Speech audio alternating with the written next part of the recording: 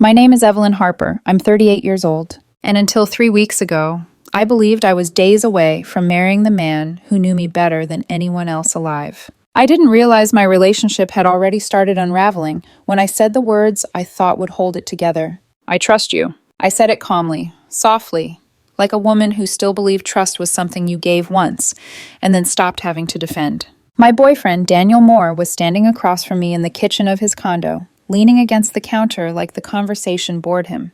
He was scrolling through his phone, thumb moving too fast, not really listening. Daniel was the kind of man people noticed. Charismatic, attractive without trying. A senior marketing consultant who knew exactly how to command attention, online and off. That was one of the things that drew me to him at first. Everything about Daniel lived in public. Our first vacation, our anniversary dinners, even our arguments, carefully reframed as growth moments. When he proposed 8 months ago, the engagement post got nearly 2,000 likes in less than a day. I told myself that was normal now, that love was something you documented. The trouble started during dinner at his place. We were eating pasta, talking about seating arrangements and guest lists, mundane wedding logistics that should have felt comforting. Daniel barely touched his food. He was distracted, eyes darting between me and his phone. Then he put the phone down. "Evie," he said casually, "I've been thinking about something." I looked up. "Okay." He set his fork aside. "What do you think about polygraph tests before marriage?" I laughed. Actually laughed. "You're kidding." He wasn't smiling. "I saw this thing online," he continued. "Couples doing lie detector tests before the wedding. Total transparency. No secrets." "That's insane," I said. "Who does that?" "People who want to start their marriage honestly." Something in his tone made my stomach tighten. "We've been together 3 years," I said slowly. "If you don't trust me by now—" "But do we really know everything?" he interrupted. "What if there's something you haven't told me, or something I haven't told you?" I stared at him. "What would you possibly be hiding from me?" I asked. He shrugged. "Nothing, that's the point." That was the first moment I should have paid attention to the way he wouldn't quite meet my eyes. Instead, I felt annoyed. "If you need a polygraph to marry me," I said, "maybe we shouldn't be getting married." Daniel went quiet, changed the subject. I thought that was the end of it. It wasn't. 2 days later, my phone wouldn't stop vibrating. I'd been tagged in a Facebook post. Daniel had written a long paragraph about trust, modern relationships, and accountability. The line that mattered, the one everyone focused on, was this: "I want her to prove her loyalty before the wedding with a polygraph. If you have nothing to hide, why would you say no?" My chest went cold. Friends, family, coworkers. Everyone saw it. My mother called me in tears. My sister texted, "What is going on?" My inbox filled with strangers dissecting my character. I called Daniel immediately. "What the hell is this?" "What's what?" he said lightly. "The post. You made it sound like I'm hiding something." "I didn't say that." "You tagged me." "Well, are you refusing?" That was the moment something inside me snapped. Not loudly, not dramatically, just enough to change everything. I sat on my couch for 20 minutes, staring at my phone. Then I typed 3 words beneath his post. "Sure, you go first."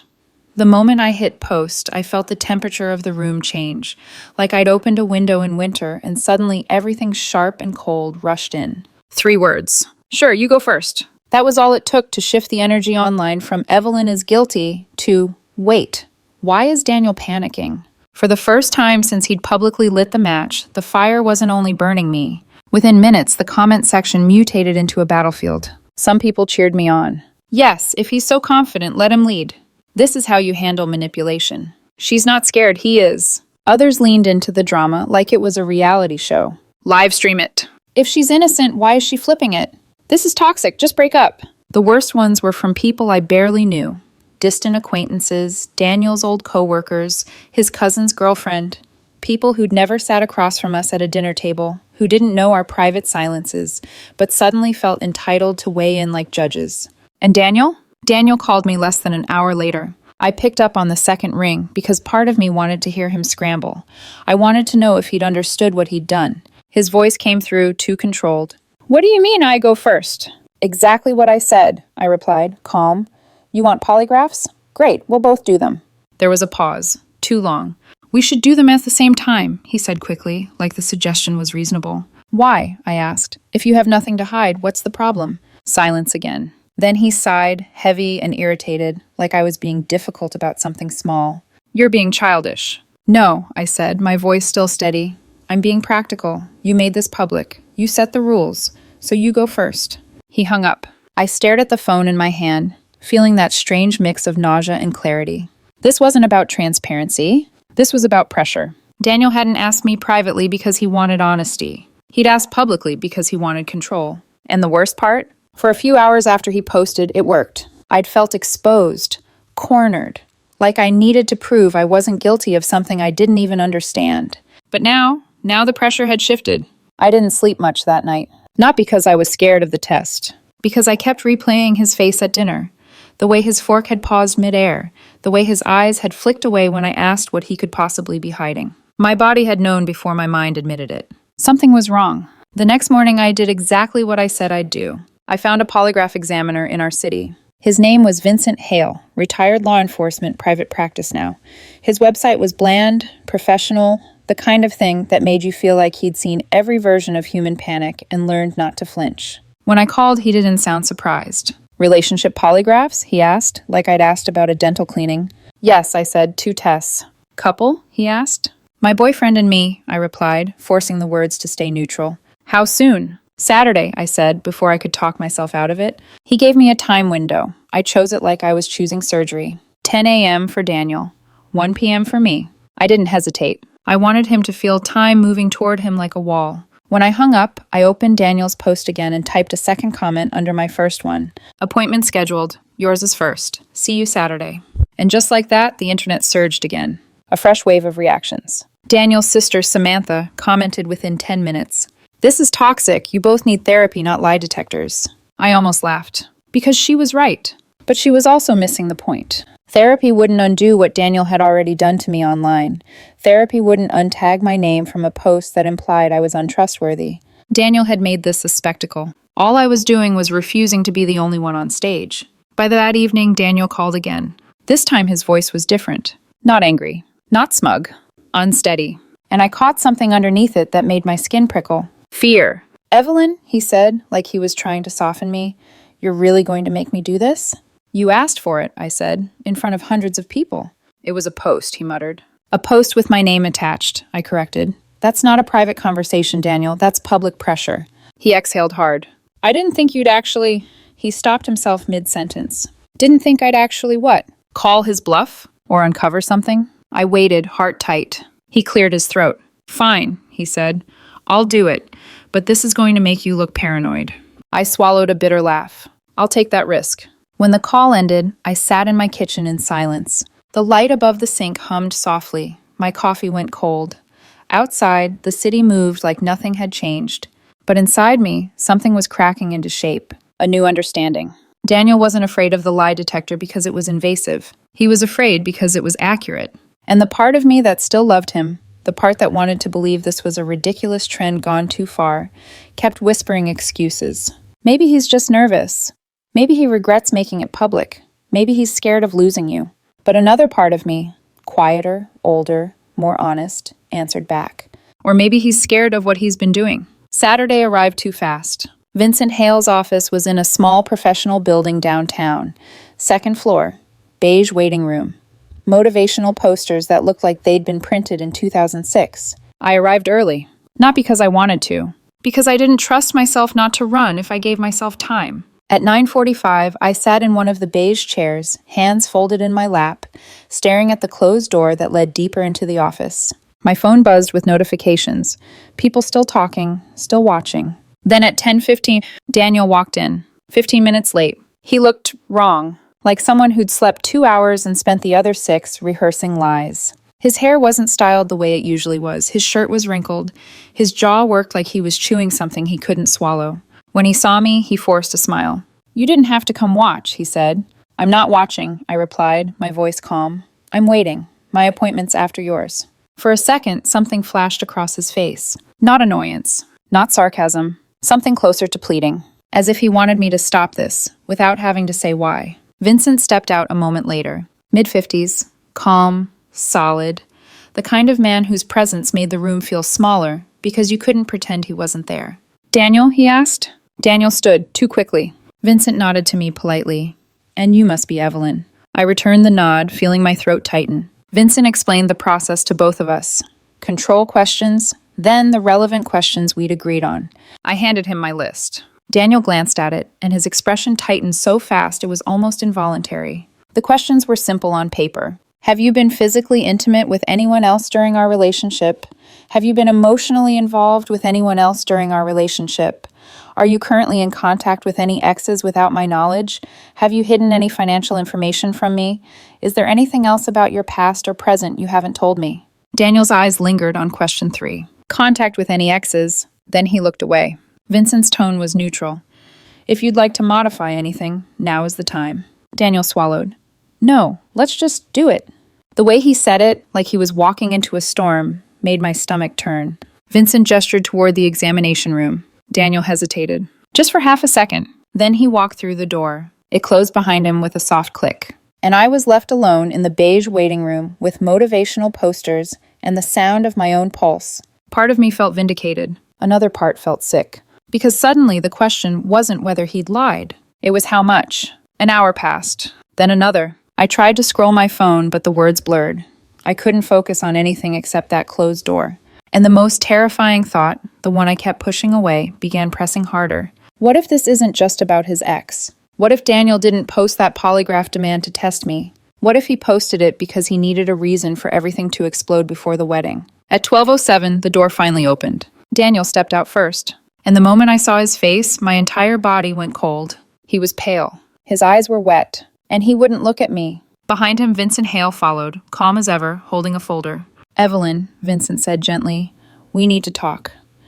The words "we need to talk" landed in my chest like a dropped plate, sharp, sudden, already broken before it hit the floor. Vincent gestured toward his office. Daniel didn't move. He stood there like his feet were glued to the carpet, shoulders tense, jaw clenched so tightly I could see the muscle jumping beneath his skin. I caught his eye then. Just for a second. And in that second, I knew. Not suspected, not worried. Knew. Whatever had just happened in that room hadn't gone the way he'd planned. Vincent waited until we were seated. Daniel in the chair farthest from me, arms crossed like a shield. Me perched stiffly on the edge of the couch. The office was small, the air faintly stale, the desk cluttered with folders, and a computer screen filled with lines and spikes I didn't understand. Vincent adjusted his glasses and looked at his notes. Daniel showed deceptive physiological responses to multiple relevant questions, he said evenly. My ears rang. Which ones? I asked, though my voice sounded far away to my own ears. Vincent didn't hesitate. Questions 2, 3, and 5. I felt my stomach drop. Emotionally involved with someone else. Contact with an ex. Something else he hadn't told me. I turned to Daniel. What does that mean? I asked quietly. He didn't answer. His eyes were fixed on the floor now. Lashes clumped together like he'd been crying longer than I'd seen. Vincent cleared his throat. Physiological responses don't tell us what the deception is, only that the body reacts as though the answer given wasn't truthful. Daniel's breath hitched. Vincent stood. I'll give you two some privacy. The door closed behind him. The room felt smaller instantly. I waited. Daniel wiped his face with his sleeve, dragged his hands through his hair, then let out a sound I'd never heard from him before, half sob, half laugh, like his body didn't know which one it needed. It's not what you think, he said. I stayed silent. I'd learned that rushing people at moments like this only gave them room to lie. He swallowed hard. I've been talking to Lena. The name hit me like a slap. Lena. His ex-girlfriend from college, the one he'd described as ancient history, the one he'd told me he hadn't spoken to in years. How long? I asked. He squeezed his eyes shut. Since last summer. The room tilted. So, almost a year, I said, while we were planning a wedding. It started innocently, he rushed. She messaged me on Instagram. We were just catching up. Catching up, I repeated. Then texting, he continued, words spilling faster now. Then calls. Late sometimes, but nothing physical. We never met up, I swear. I stared at him. So, you were emotionally involved with your ex for nearly a year, I said, my voice eerily calm. And you decided the solution was to accuse me of hiding things online. Tears streamed down his face now, not cinematic, not dignified, messy, desperate. I didn't know how to tell you, he said. I kept meaning to, but every time I thought about it, I panicked. So instead, I said, you made me look untrustworthy in front of hundreds of people. That wasn't my intention. Intent doesn't erase impact. He flinched. I thought if we both took the test, he whispered, it would force me to come clean. I needed something big enough that I couldn't back out. I stood up so abruptly the chair scraped loudly against the floor. You used me, I said. My reputation, my dignity, as a pressure valve for your guilt. It wasn't cheating, he said quickly, like that one sentence could save him. It wasn't physical. I laughed then. A short, hollow sound that surprised us both. Do you know why emotional affairs hurt more? I asked. He shook his head weakly. Because physical affairs are about opportunity, I said. Emotional affairs are about choice. You chose her when you were scared. You chose her when things got real with me. He broke down completely. I love you, he said through tears. I want to marry you. You want the future, I said, but you keep running back to the past. He reached for my hand. I stepped back. And the worst part, I continued, my voice shaking now despite myself, is that you had the audacity to test my loyalty while you were actively betraying it. He looked up at me, eyes red and raw. What about you? He asked suddenly. You haven't taken your test yet. The words landed like a challenge. Maybe you're hiding something too. For a moment, just a moment, I felt the familiar pull to defend myself, to soften, to reassure him. Then I felt something else rise up. Resolve. Fine, I said. Let's find out. I opened the door. Vincent looked up from his desk. I'm ready for my test, I said. Daniel didn't follow us out. He stayed seated in that small office, folded in on himself, while Vincent led me down the short hallway to the examination room. The room was windowless, clinical. The polygraph machine looked almost disappointing. No blinking lights, no dramatic screens, just sensors, wires, a laptop. Vincent worked methodically, attaching the cuffs, the bands around my chest, the clips on my fingers. Try to relax, he said gently. Answer yes or no. No explanations. I nodded. He started with control questions, my name, my age, where I lived. Then he moved on. Have you been physically intimate with anyone else during your relationship with Daniel? No. Have you been emotionally involved with anyone else during your relationship with Daniel? No. Are you currently in contact with any ex-partners without his knowledge? No. Have you hidden any financial information from him? No. Then came the last one. Is there anything else about your past or present that you haven't told him? I hesitated. Just for a second. Not because of anything recent, but because of something old. A mistake I'd buried years ago. A DUI when I was 25, expunged. Embarrassing. Something I'd waved away early in our relationship when he asked if I'd ever had legal trouble. I'd said no. The machine waited. No, I answered. The test ended 20 minutes later. Vincent unhooked the equipment and turned to his screen, studying the results. He was quiet for a long time. Then he looked up. You showed deception on the final question. I felt my chest tighten, but not with fear. With understanding. I know, I said quietly. It was about a DUI from years ago. I was ashamed. I never corrected it. Vincent nodded slowly. That's what we call a minor deception, he said. Not related to the current relationship. I can note it as clarified. Does Daniel need to know? I asked. That's your choice, Vincent replied. But if the goal is transparency, honesty usually helps more than silence. I left the office alone. Daniel was gone. No text, no call. Just the echo of what I now understood with painful clarity. I hadn't failed the test. But my relationship already had. I sat in my car for almost 20 minutes after leaving Vincent's office. The engine was off. My hands rested on the steering wheel like I was waiting for instructions that never came. Outside, people walked past the building carrying coffee cups, briefcases, entire lives that hadn't just detonated in a beige office downtown. Daniel was gone. Not waiting, not calling, not even angry enough to argue. That silence told me more than any polygraph chart ever could. On the drive home, my phone buzzed again and again. Messages stacked up, some cautious, some intrusive, some barely disguised attempts at entertainment. Did you do it? What happened? Is he okay? I didn't answer any of them. For the first time since this started, I wasn't interested in controlling the narrative.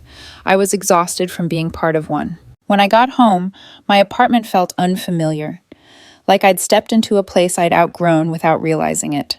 I kicked off my shoes, dropped my bag, and sat on the edge of the couch, staring at the blank television screen. That was when the anger finally arrived. Not the explosive kind. The quiet, heavy kind that sinks into your bones and makes everything feel slow. Daniel hadn't just lied to me. He'd rehearsed those lies. He'd curated an image of himself as the betrayed fiancé, the man bravely demanding honesty, while carrying on an emotional relationship with his ex behind my back. And worse, he'd let me take the hit for it. Let my name sit under that post. Let people question my integrity. Let me feel small and defensive and exposed. Because it was easier than admitting the truth himself. That night, I didn't sleep. Every time I closed my eyes, I saw his face when Vincent said questions 2, 3, and 5. The way his shoulders collapsed. The way he said her name. Lena. By morning, the post was gone. Not deleted, edited. Daniel had removed my tag and turned off comments. No explanation, no apology. Just a quiet attempt to erase what couldn't be erased. Screenshots were already circulating. Once something lives online, it doesn't really die. It just waits. I heard from him 2 days later. A text. Can we talk? Nothing else. No acknowledgement of what he'd done. No accountability. Just a request, like we were discussing groceries or weekend plans. Against my better judgment, I said yes. He came over that evening. He looked smaller somehow, less polished. Like the version of himself he showed the world had finally cracked, and this tired, hollow-eyed man was what was underneath. We sat across from each other on the couch, leaving space between us like it was a physical boundary neither of us dared cross. I ended things with Lena, he said immediately. Blocked her, everywhere. I nodded, not because I was impressed, but because it was the bare minimum. I'm sorry, he continued. I didn't realize how far it had gone until I was sitting in that chair, hooked up to that machine, answering those questions out loud. Why didn't you just tell me? I asked. He looked down. Because I was scared, he said. I didn't want to be the bad guy. I exhaled slowly. So you decided to make me look like one instead. He flinched. I never meant to hurt you. I believe that, I said honestly. But you still chose yourself over me, over and over. There was a long silence. Then he asked quietly, Did you pass? Mostly, I said. There was one thing, a DUI from years ago. I never corrected it when you asked. He blinked.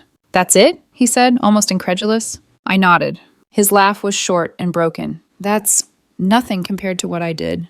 That's the difference, I replied. You hid something that mattered. I hid something that embarrassed me. He reached for my hand then. I didn't pull away.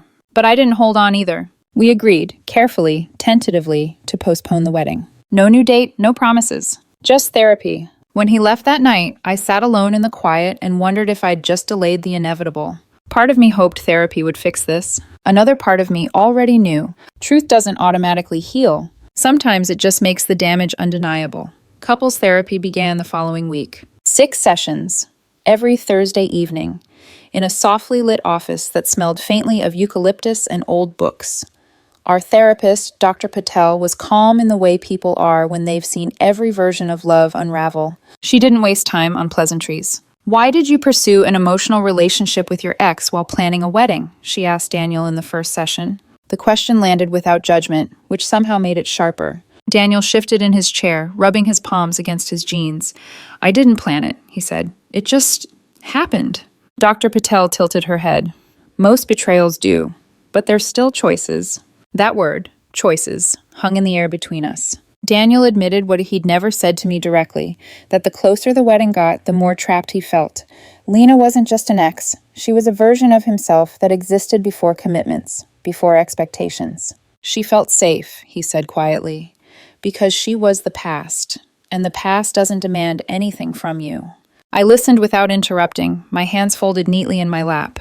And Evelyn? Dr. Patel asked. Daniel hesitated. She's the future, and the future is heavier. Something in my chest tightened. So you tried to escape the weight of commitment, Dr. Patel said, while simultaneously accelerating it, by proposing, by planning a wedding, by demanding a polygraph. She paused, letting that contradiction settle. That's called self-sabotage. Daniel looked stunned, like the word had just unlocked something. In later sessions, more truth surfaced. His parents' marriage had been a quiet war, 2 people who stayed together out of obligation and resented each other for it. Love, to Daniel, had always come with a sense of suffocation. Marriage wasn't a promise to him. It was a trap. I didn't want to become them, he said once, voice shaking. But I didn't know how to stop myself. Dr. Patel turned to me then. And you? She asked. What do you think your role was in this dynamic? I thought carefully before answering. I assumed, I said. I assumed because Daniel was charismatic and vocal and seemed enthusiastic that he was okay. I focused on logistics, planning, venues, schedules. I swallowed. I didn't ask enough how he felt, because I thought if there was a problem, he'd tell me. Dr. Patel nodded. That's not a failure, she said. That's a reasonable expectation in a partnership. Despite the insights, despite the apologies, something fundamental never repaired. I'd catch Daniel texting and feel my stomach clench, even after he showed me Lena was blocked. I'd replay that Facebook post in my mind. The comments, the way I'd felt exposed. Some mornings I woke up angry before my eyes even opened. Trust, once broken, doesn't shatter cleanly. It splinters. By the 6th week, the question wasn't, can this be fixed? It was, do I want to keep trying to fix it? In early November, we went to dinner at a diner near his place. Vinyl booths, burnt coffee. A place that felt neutral, safe from memories. Daniel talked about maybe rescheduling the wedding for spring. Smaller, quieter. A fresh start, he called it. I listened, nodded. But I felt nothing. No excitement, no relief, no hope. And that absence, that quiet void, finally told me the truth I'd been avoiding. Daniel, I said softly, setting my fork down, I don't think I can do this. He froze. What do you mean? He asked. I've tried, I said. I really have. But every time I imagine marrying you, I'm back in that office, hearing that you'd been lying to me for a year. Tears filled his eyes. So that's it? He whispered. After everything, you're just giving up? I'm not giving up, I replied. I'm accepting that some things don't go back to how they were. We sat there while the food went cold. When I walked him to his car, we hugged, carefully, like people afraid of reopening wounds. It felt like saying goodbye to someone I used to know. 4 months have passed since Daniel and I officially ended things. Time didn't heal everything, but it did give the pain edges, shape, something I could carry without cutting myself open every time I touched it. Daniel moved to a different part of the city. We don't run into each other anymore. I heard through mutual friends that he's seeing someone new, a woman he met at a work conference, not Lena. I hope it works out for him. I mean that without bitterness. The polygraph incident became a kind of legend in our social circle.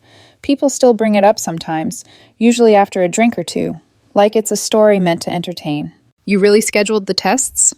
You really made him go first?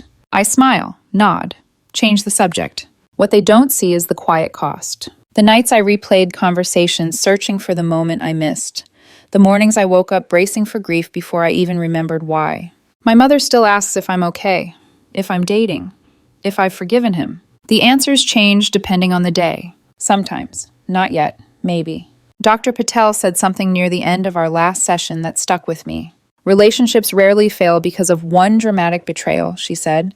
They fail because of 1,000 small choices to prioritize something else. Daniel chose to text Lena instead of talking to me. I chose to plan a wedding instead of checking in emotionally. Those choices led us, inevitably, to Vincent's office, hooked up to machines that measured physiological reactions, not love. The irony isn't lost on me. Daniel wanted a polygraph to prove loyalty. What it actually proved was this. Loyalty isn't measurable. You can't strap it to your chest or chart it on a graph. It's built quietly, through uncomfortable honesty, through choosing your partner when it would be easier not to. We didn't have that. Maybe we never did. The wedding venue refunded most of our deposit.